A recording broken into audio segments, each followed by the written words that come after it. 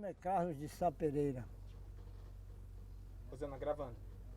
Projeto Memória dos Trabalhadores da Petrobras, Urucu, 3 de julho de 2003, realização Museu da Pessoa, entrevista em Urucu, depoimento do senhor Carlos de Sá Sá Pereira. Pereira. Os melhores especialistas franceses que na época dominavam o mundo, né? A França estava num expoente tremendo, onde tinha as maiores tecnologias da época. Então ele mandou para ver se ela se recuperava. Aí depois o senhor voltou para Belém? Voltei com 9 anos, quase 9 anos. E A minha aí, instrução primária foi toda lá. e depois disso, Depois disso ele faleceu em 1934, aliás, adoeceu em 1934, veio a falecer depois, e depois nós já estamos aqui.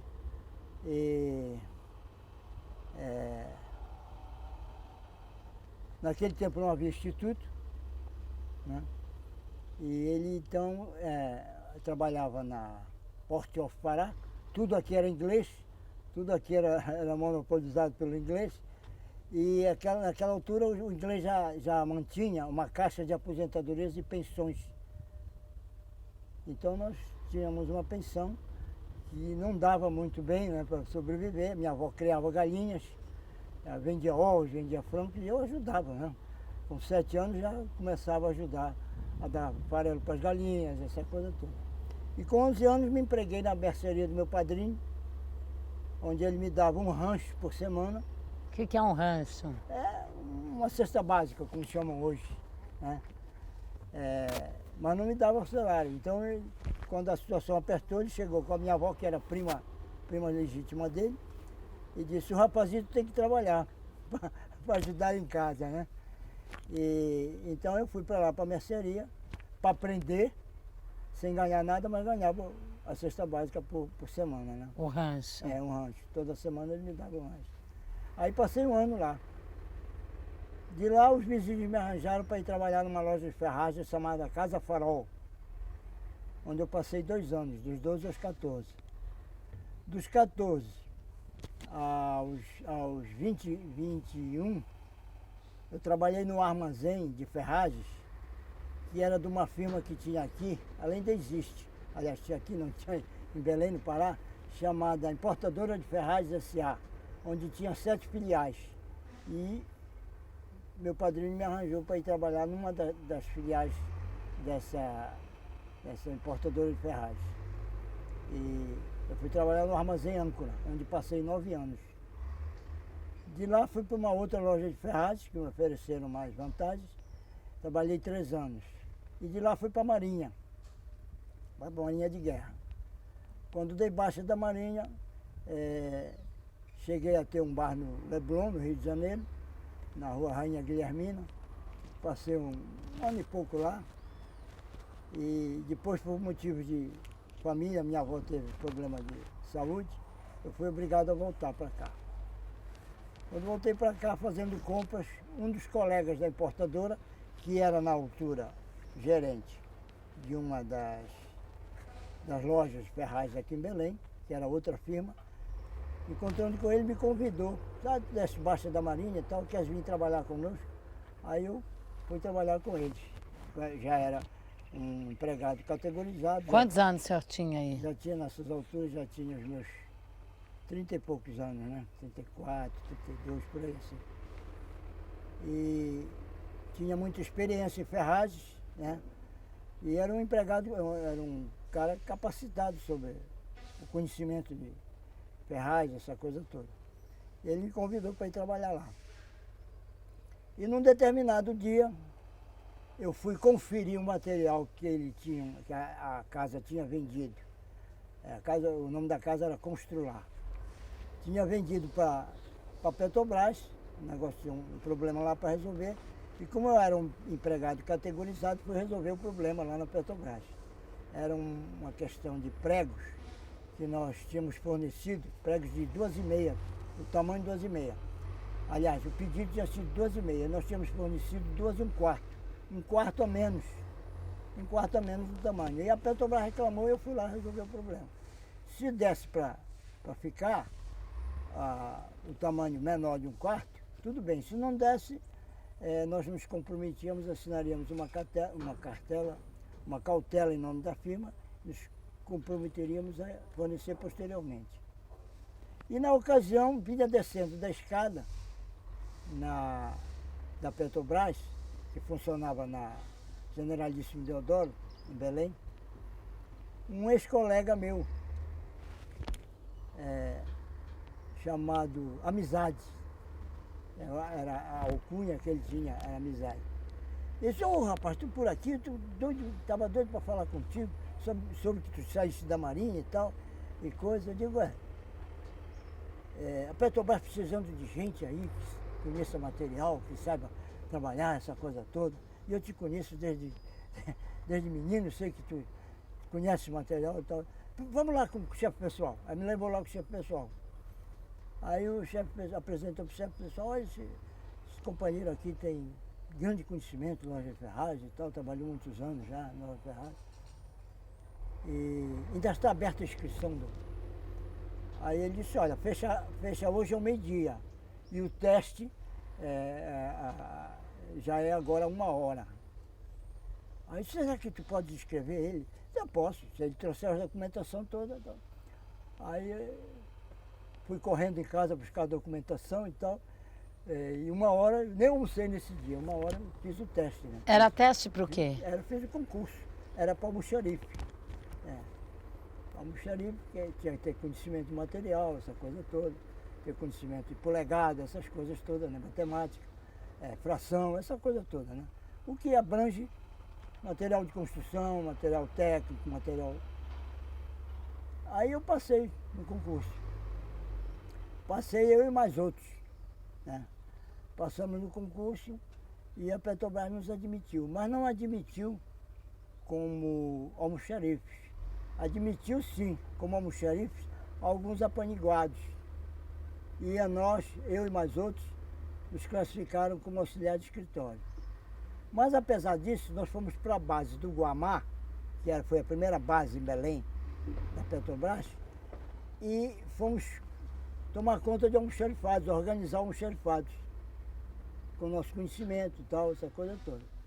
Então a minha revolta começou desde aí. Eu fiz um teste para almoxarife, fiz um concurso para almoxarife, não fui classificado como almoxarife, fui classificado como auxiliar de escritório, e os que foram classificados como almoxarife ficaram no escritóriozinho lá na seção de compras, essa coisa toda, né? Aí a minha revolta começou aí. Aí, já trabalhando na Petrobras uns 2 anos, sempre reclamando que eu fiz o teste assim e tal, que eu fiz o concurso para almoxarife e tinha sido classificado como auxiliar de escritório, nasceu aquele impacto emocional de reclamar, de protestar. E nessas alturas nos reclassificaram como datilógrafo, que era mais um pouquinho, o salário era mais um pouquinho, mas ainda não como almoxarife. E eu continuava lutando para conseguir a classificação que eu achava que merecia por causa do concurso que eu tinha feito. E que os outros mereceram, alguns mereceram, os outros não. E o tempo foi passando, quando foi em 58, nós soubemos que o imposto sindical dos petroleiros, que já era uma média de quase 5 mil petroleiros na Amazônia, ia todo para Macapá, que era o sindicato mais congênero e, de acordo com a lei, era o que poderia ficar com o imposto sindical, porque não tinha sindicato de trabalhadores de petróleo, que eram de eletricistas. Então daí, um superintendente adjunto que teve aqui, chamado Coronel Pinto, esqueço o outro nome dele, né?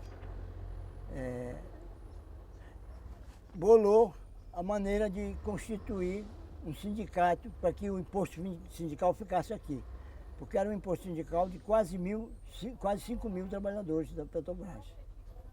E estava em transição do Conselho Nacional de Petróleo para a Petrobras. embora a Petrobras tivesse começado muito antes do CNP, Conselho Nacional do Petróleo, através do Fomento Nacional, Fomento Agrícola Nacional.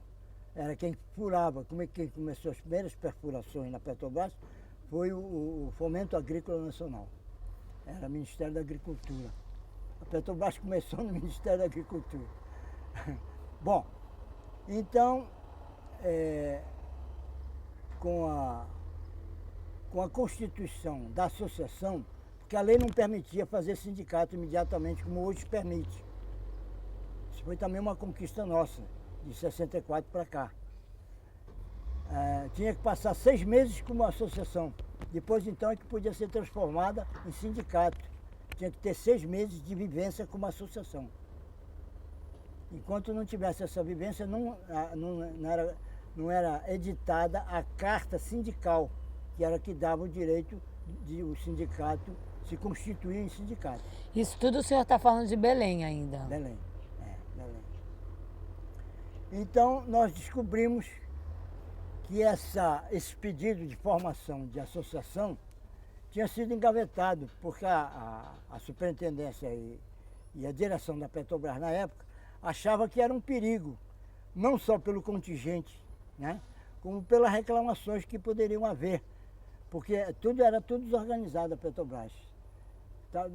Já veio desorganizado do Fomento Agrícola Nacional, do CNP, Conselho Nacional do Petróleo, e com a passagem para a Petrobras pelo decreto 2004 de Getúlio Vargas, em 3 de outubro de 1900 qual foi a data da Petrobras? 3 de outubro de... 53. Não, 93. 54. 3 de outubro de 54. Ou 53. 3 de outubro de 53. Vai fazer 50 anos. Ela foi decretada e só foi promulgada um ano depois, 54. E aí começou a passar, a Petrobras começou a tomar conta, né? Inclusive, em 56, que eu entrei na Petrobras, o chefe pessoal foi requisitado da Assembleia Legislativa do Estado. Ele era secretário, Milton Tembra, aliás, não era Milton, não. Milton era o irmão dele, não me lembro o nome dele. Sei que era o Tembra, me lembro que era o Tembra. Bom, então quando nós descobrimos que a associação tinha sido engavetada, porque a direção da Petrobras local achou que era um perigo de 5 mil trabalhadores se constituírem no sindicato, né, engavetou. Aí nós lutamos, começamos a luta, mais ou menos em 58, luta essa que nos levou à presidência da fundação do sindicato. Eu fui o primeiro presidente eleito e fundador do sindicato. Eu e um punhado de bravos, porque ninguém faz nada sozinho. Do Sindicato de Belém. Sim, o Sindicato dos Trabalhadores do Petróleo da Amazônia, Pará, Amazonas e Maranhão, jurisdição do Pará, Amazonas e Maranhão. E aí nós continuamos na luta, porque tinha várias irregularidades a serem regularizadas. Por exemplo, só tinham direito à folga de campo dos matos quem era engenheiro, de 45 dias tinha direito a passar, não sei se era 40 dias, parece que no local de origem, e o peão mesmo, o trabalhador, e a staff média, do nível médio, que tinha de 3 em 3 meses, 20 dias. Almoxarife, enfermeiro, administrador, contador da equipe, que nós chamávamos de apropriador. É o que apropriava os custos da equipe, fazia toda a contabilidade, essa coisa toda. Pagava o pessoal e tal. Mas o peão mesmo não tinha. E nós, que vínhamos com uma ideologia socializante, socialista, porque pertencemos 64 anos ao Partido Comunista Brasileiro, desde 12 anos de idade, né? E lutávamos pelo direito, pela lealdade, pela justeza, o melhor, pelo menos injusto, como até hoje lutamos. Hoje estou no PSTU, não estou mais no PCB, mas ainda tenho a mesma ideologia marxista-leninista, hoje um pouco mais deitada para o trotskismo, né, que é a inspiração do PSTU. Né? E conseguimos a folga de campo para todo mundo, indistintamente. Né? Só que para o peão foi de 6 em 6 meses. Ele tinha 2 folgas no ano. porque dava um problema social tremendo.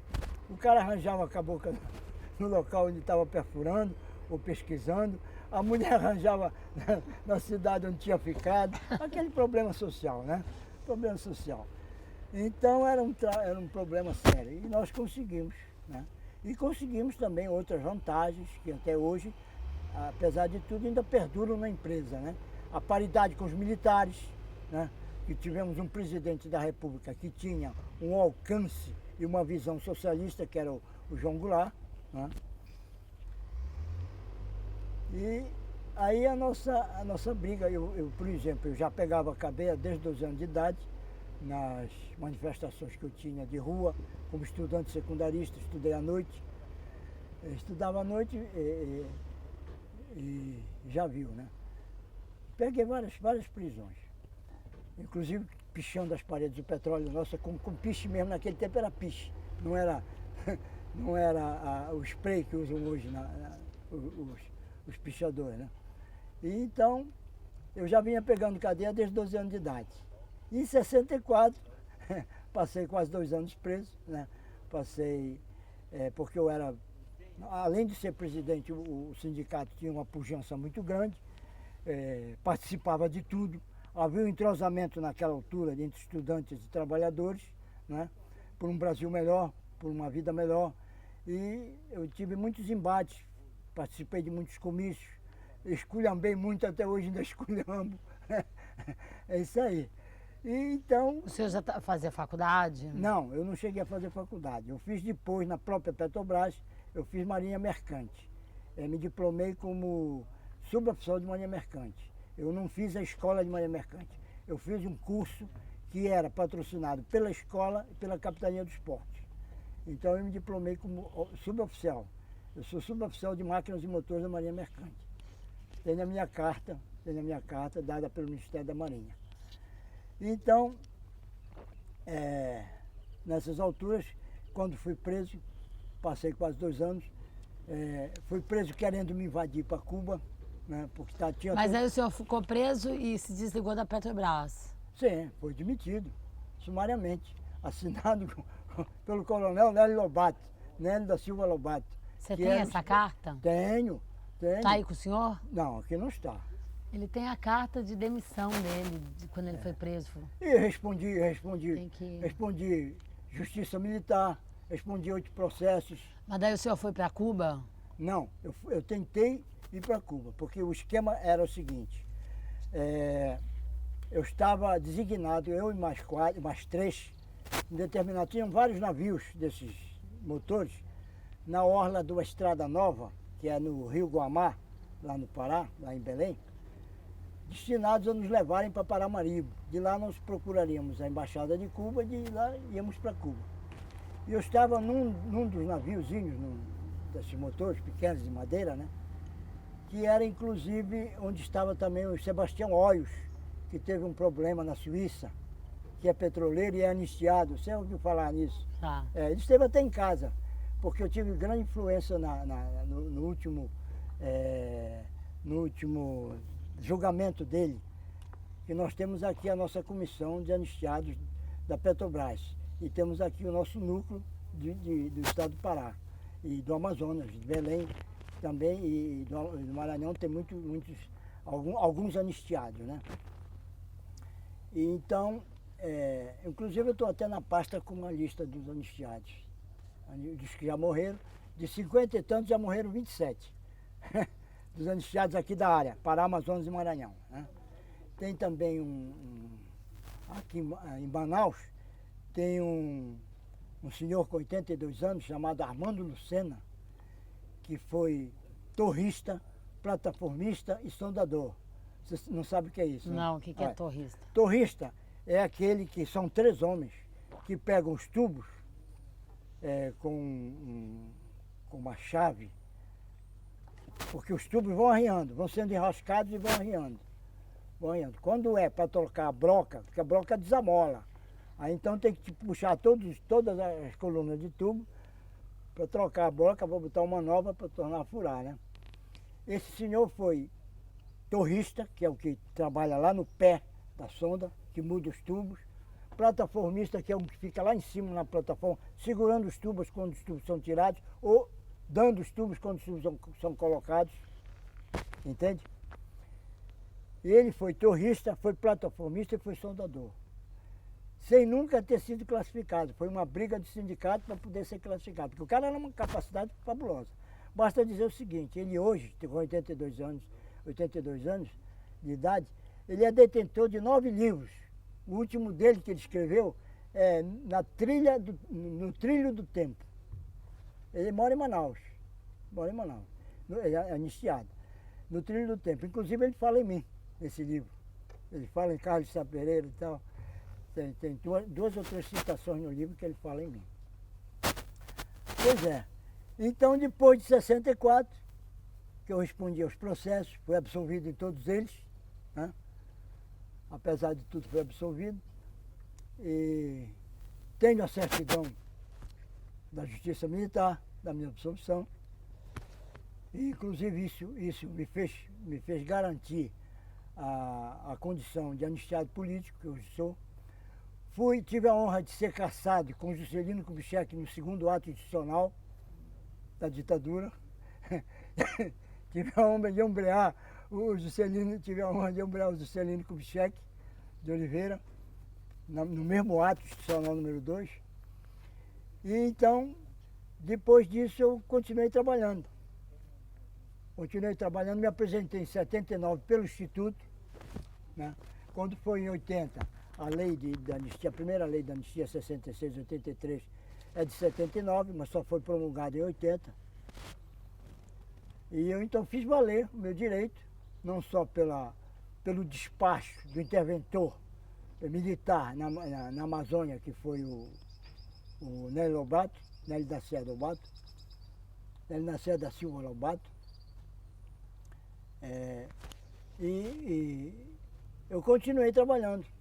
Tinha um senhor aqui chamado Manuel Pinto da Silva Júnior, que foi quem fez o edifício lá em Belém, Manuel Pinto, você ouviu falar. Era um dos edifícios mais altos de 51. Em 1951 ele foi inaugurado. E ele era do Partidão. Só que ele não era ativista, ele só fazia contribuir. Naquela altura, em 1964, ele dava 500 cruzeiros por mês, o Partidão. Ele não sabia que eu sabia que ele era. Agora, ele sabia que eu era porque todo mundo sabia, né? Os jornais me atacavam, aí atacavam toda a diretoria do sindicato. Nós passamos 7 meses fora do sindicato por uma liminar feita por um juiz bandido, safado, canalha, ladrão, contrabandista, que assinou, levou 300 mil reais naquele tempo, cruzeiros, né? Naquele tempo para assinar a liminar. Dado pela direita, pela conjugação que a direita tinha aqui. Mas o senhor estava na ativa lá na Petrobras, já?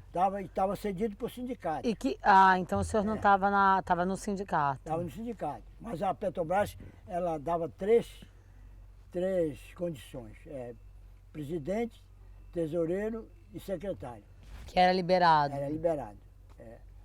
Bom, então, nós passamos 7 meses, lutamos bastante para conseguir o retorno, né, para conseguir a cassação da liminar. Fomos ao Rio de Janeiro, falamos com vários, falamos até com o ministro do Exército, que era ministro da Guerra naquela altura, né? Falamos com o ministro da Justiça, que era o pai do Mangabeira, que era presidente da Petrobras. Falamos com todo mundo, nós não conseguimos. Mas um dia, depois da nossa volta, ainda fora do sindicato, estava lá uma junta caricata, feita pela burguesia, aí, pelo coronel Javas Passarinho, junto com o coronel Nélio Lobato, essa raça toda que dominava, ainda domina a situação, apesar do Lula ter ganho, ainda não conseguiu se libertar do domínio da burguesia, do capitalismo financeiro internacional e nacional. Essa é que é a verdade. Então, um dia o pessoal da Petrobras fez uma assembleia, exigiu uma assembleia, e fizeram uma assembleia e tal, e nessa assembleia decidiram fazer uma greve na Petrobras aqui na região, Pará, Amazonas e Maranhão, e irem lá para o Palácio da Justiça, lá em Belém, para exigir que o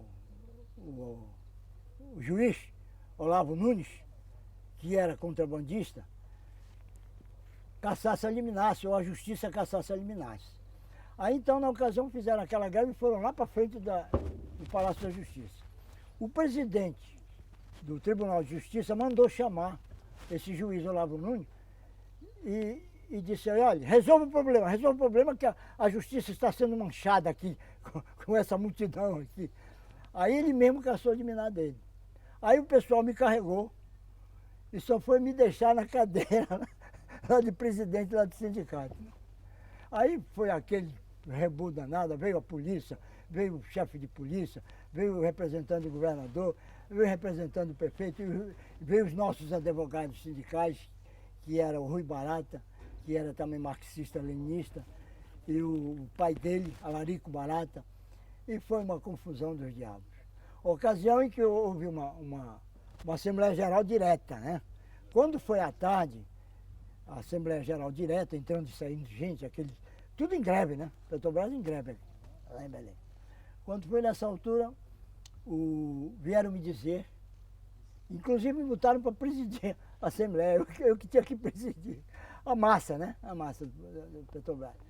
Aí o presidente da Assembleia vieram me dizer o seguinte, olha, Sá, tem 2 sargentos do Exército que são do Serviço Secreto. Todo mundo sabe que eles são do Serviço Secreto, eles estão aí.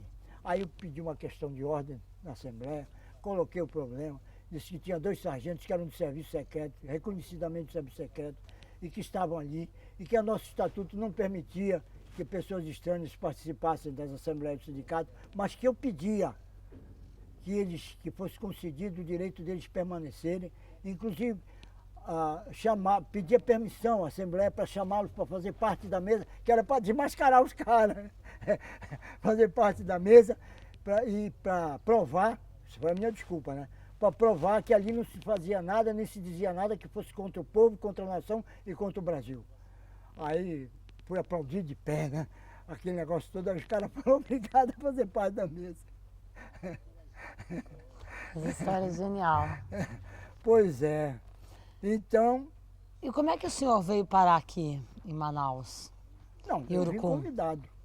Quando foi? Que ano agora, que foi? Agora, essa semana. Não, a trabalhar aqui não. O senhor nunca veio para cá? Não cheguei a trabalhar aqui, não. Cheguei a visitar aqui, porque quando eu voltei em 86, pela lei da anistia, que voltei a trabalhar, que trabalhei mais de 10 anos, praticamente 10 anos, quando eu voltei, o superintendente que veio para cá me ofereceu uma vinda. Aí ele disse, olha, eu vou te dar uma ordem, tu tem que ir em Urucu conhecer aquilo lá. Parece que foi no Nepomuceno, não me lembro bem, mas parece que foi o doutor Nepomuceno. Não me lembro bem. Então, bom, mas aí o senhor estava no sindicato, nessa assembleia? Mas isso foi antes do golpe. Que ano isso? Isso foi em 62, mas 63 mais ou menos. 2 de setembro de 63. E aí o senhor ficou no sindicato, foi cassado? Não, aí veio o golpe em 64, né? Em 31 de março de 64, mas ele só se consolidou no 1º de abril, né? Foi a ocasião quando eu fui preso. Eu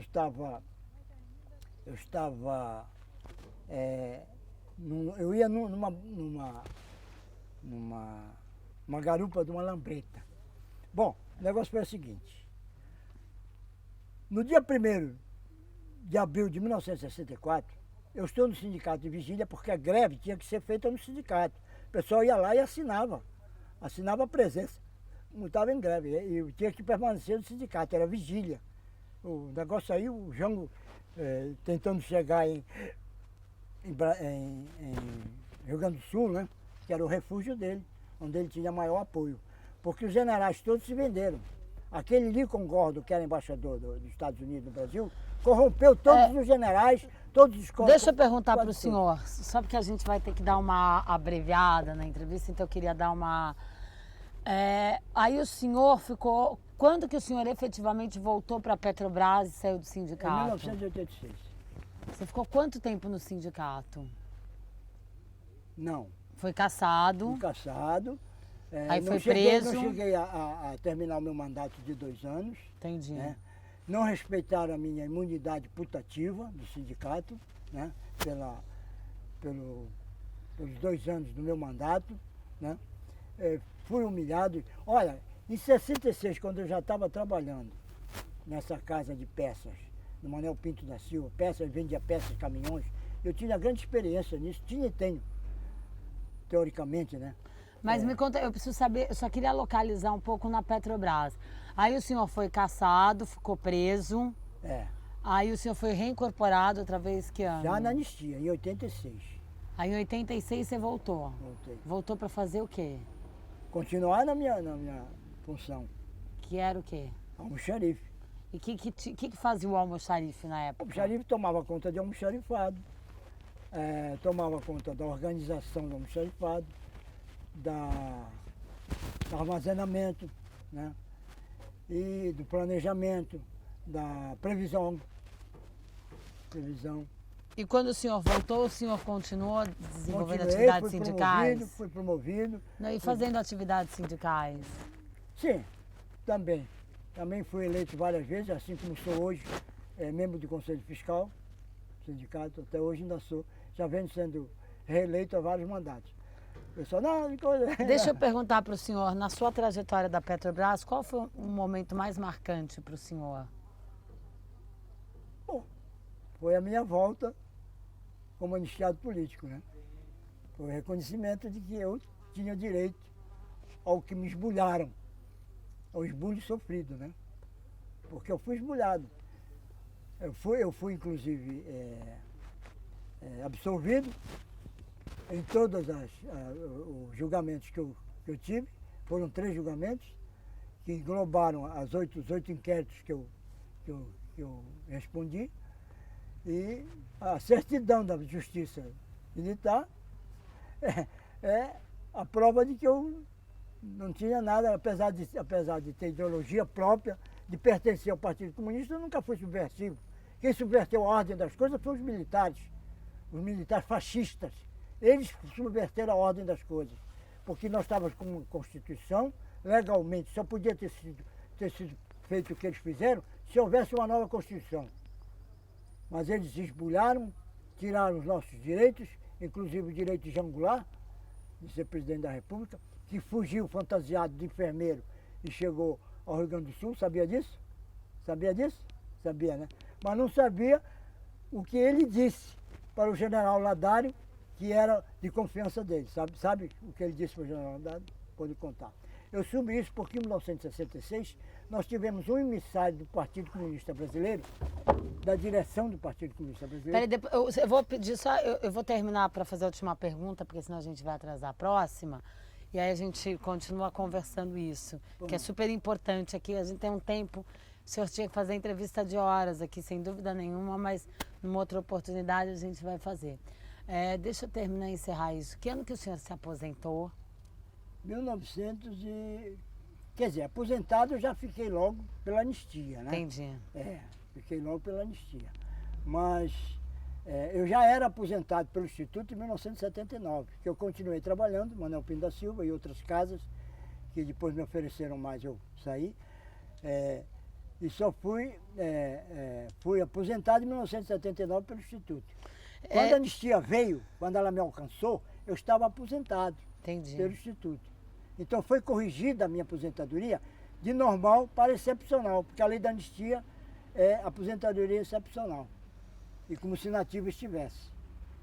E depois então eu galguei todos esses, depois que eu voltei para ativa, eu galguei a todas as minhas promoções, até o meu teto máximo, dentro da minha classificação, dentro do meu nível. E hoje sou técnico de suprimentos. O senhor está ainda lá? Eu recebo a Petros, que é... Mas o senhor está aposentado também da Petrobras? Não, a do Instituto foi cancelada. Entendi. Aí Ele passou para da Petrobras, não, quem nos paga é o Tesouro Nacional. Nossa, então fala uma coisa, o que o senhor sente mais falta em relação à Petrobras? Bom, o que eu sinto mais alto é essa fibra dos trabalhadores da Petrobras, que são o maior patrimônio da Petrobras, são os próprios trabalhadores. Ah, obrigada.